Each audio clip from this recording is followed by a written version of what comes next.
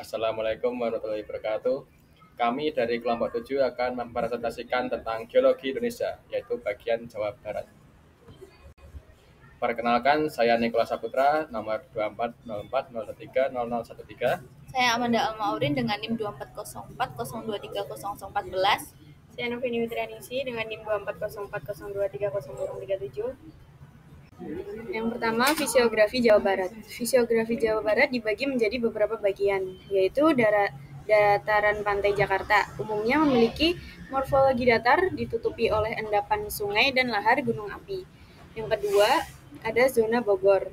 Antiklinorium kuat dengan perbukitan yang memanjang barat sampai timur, lebar maksimal sekitar 40 km. Batuan penyusun terdiri dari batuan sedimen, tersier, dan batuan beku. Yang ketiga yaitu zona Bandung. Tinggi-tinggi yang terdiri dari endapan sedimen tua dan vulkanik, misalnya Gunung Tampomas di Sumedang dan Gunung Walat di Sukabumi. Dan yang terakhir yaitu zona pegunungan selatan, dipelajari secara mendalam oleh Panekoix tahun 1946, dibagi menjadi 19 morfologi dengan 2 generasi morfologi Miocene akhir dan Resen. Selanjutnya ada masa atau zaman. Sejarah pembentukan fisiografi Jawa Barat. Yang pertama yaitu Kapur akhir sampai Eosen awal, yaitu pada 53 sampai 8 juta tahun yang lalu. Pembentukan pola struktur meratus akibat tektonik kompresi terkait penunjangan lempeng Samudra Indo-Australia ke bawah paparan Sunda. Yang kedua ada Eosen awal sampai Oligosen awal, yaitu 32 sampai 53 juta tahun yang lalu. Terbentuknya pola Sunda dengan arah utara selatan ditandai oleh kelurusan Ciletuh hingga Kepulauan Seribu akibat tektonik regengan. Yang ketiga yaitu Miosen awal sampai Miosen akhir, yaitu 5 sampai 23 juta tahun yang lalu. Membentuk cekungan Bogor bertransformasi dari cekungan depan menjadi cekungan belakang busur magmatik, menyebabkan terbentuknya sesar-sesar, anjakan, dan lipatan. Dan yang terakhir ada Neogen, terbentuk 23 juta tahun yang lalu sampai sekarang. Pembentukan pola struktur barat sampai timur mengakibatkan kompresi dengan tegasan utara-selatan ditandai dengan aktivitas sesar intensif termasuk sesar Baribis dan lembah Simandari. Lalu pengaruh tektonik lempeng. Awal pembentukannya membentuk geologi Jawa Barat dimulai sejak Eosen dipengaruhi oleh aktivitas subduksi lempeng Indo-Australia ke bawah lempeng Eurasia. Yang kedua proses tektonik. Subduksi memicu pembentukan sistem busur kepulauan dari Burma hingga Jawa menghasilkan tekanan yang membentuk sesar dan lipatan geologi. Selanjutnya yaitu pola struktur. Yang pertama ada pola Meratus, terbentuk dari 53 sampai 80 juta tahun lalu, terbentuk akibat kompresi diwakili oleh sesar Cimandiri. Yang kedua ada pola Sunda, terbentuk pada 32 sampai 53 juta tahun yang lalu, dihasilkan oleh regengan berarah utara sampai selatan. Dan yang terakhir pola Jawa atau Neogen mengakibatkan kompresi dengan tegasan utara selatan meningkatkan aktivitas sesar. Baik, selanjutnya saya akan menjelaskan tentang apa itu stratigrafi. Yang pertama yaitu pengertian stratigrafi. Stratigrafi adalah suatu cabang geologi yang mempelajari bentuk, susunan, distribusi geografis, rangkaian kronologi, klasifikasi, korelasi, dan hubungan dari lapisan batuan, khususnya sedimen dari Scheibel P. Parker 1984. Pengertian lain stratigrafi adalah ilmu yang mempelajari lapisan batuan yang diendapkan di bumi.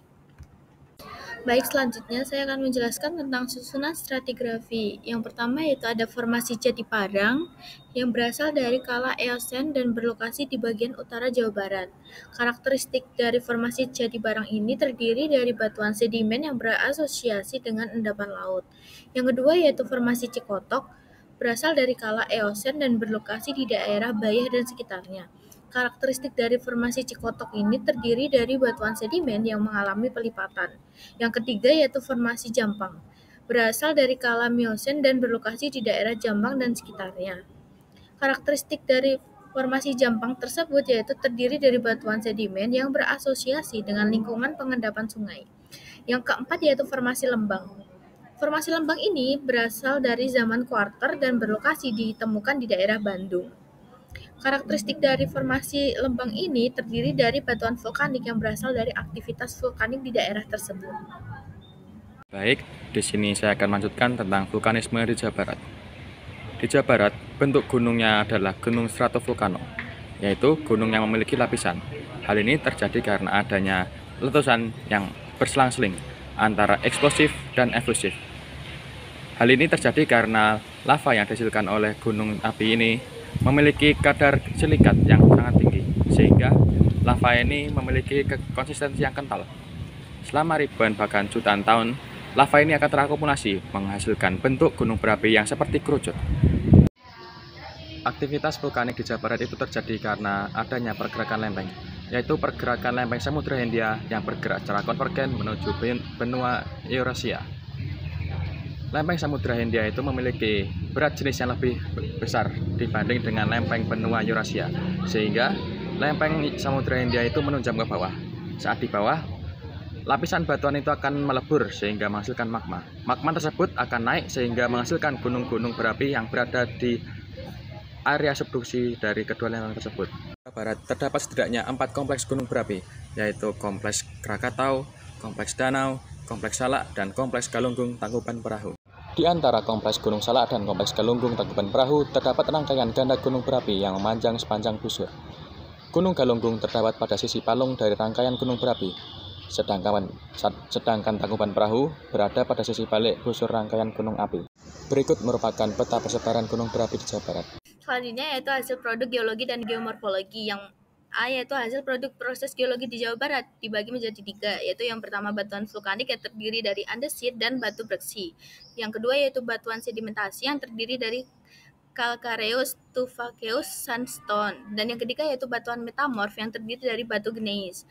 Yang B yaitu hasil produk proses geomorfologi di daerah Jawa Barat, yaitu ada 2. Yang pertama struktur geomorfologi yang terdiri dari pegunungan dan lembah dan dataran aluvial serta bentuk lahan yang terdiri dari lereng gunung api dan dataran banjir. Kemudian potensi sumber daya geologi. Potensi sumber daya geologi di Cenggungan Bandung. Yang pertama yaitu sumber daya energi. Berpotensi energi dari kegiatan vulkanik, energi air PLTA Sagulang, energi panas bumi yaitu Lapangan Darajat, Kamojan, Wayang Mindu, dan Patuha. Yang kedua ada potensi energi fosil dan batuan sedimen di bawah batuan gunung api. Yang kedua ada sumber daya lingkungan, yaitu air, tanah, lahan, dan panorama alam yang menarik, dan potensi untuk pariwisata dan konservasi. Yang ketiga ada sumber daya mineral, yaitu melimpahnya sumber daya mineral atau logam dan non-logam, penemuan baru mineralisasi di Cupu Negara menunjukkan potensi yang belum dimanfaatkan. Yang keempat ada penelitian dan pendidikan, yaitu diusulkan sebagai laboratorium alam untuk penelitian dan pendidikan geologi dan bermanfaat bagi institusi geologi di Bandung. Dan yang terakhir yaitu keindahan alam, yaitu daya tarik wisata dan gunung api, purba, air terjun, dan situs bersejarah.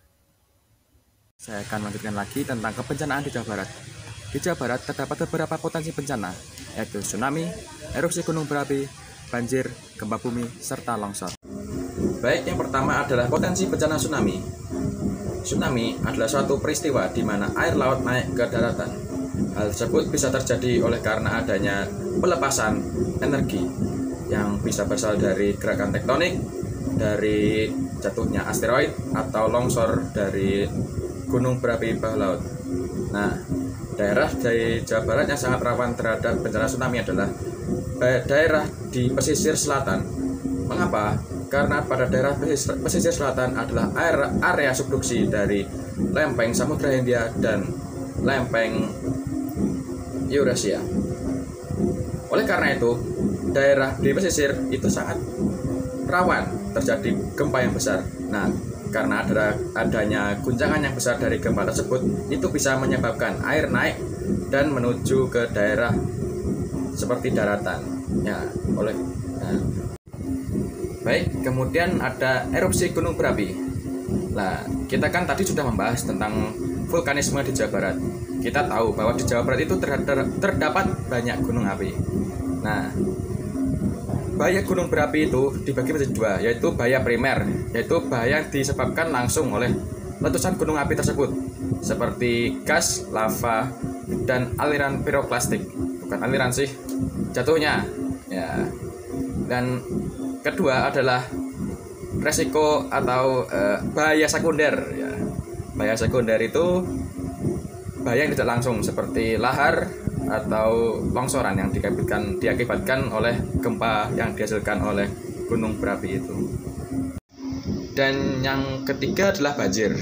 Nah, di daerah Jawa Barat yang sangat rentan banjir adalah pada bagian cekungan Bandung. Karena daerah cekungan Bandung itu berbentuk cekung ya, jadi itu menjadi tempat tangkapan air hujan. Karena igir-igir dari gunung itu mengalirkan air ke daerah cekungan. Nah, cekungan itu kan kayak mencekung ke bawah gitu, sehingga air tidak bisa keluar. Ya, itu menyebabkan daerah cekungan Bandung itu rawan banjir. Baik, selanjutnya adalah gempa bumi. Secara definisi, gempa bumi adalah getaran di bumi oleh adanya pelepasan energi. Nah, pelepasan energi itu bisa berasal dari pergerakan lempeng tektonik, dari letusan gunung api, atau dari buatan manusia seperti ledakan bom nuklir itu. Nah, mengapa kok daerah Jawa Barat itu sangat rentan terhadap resiko gempa bumi?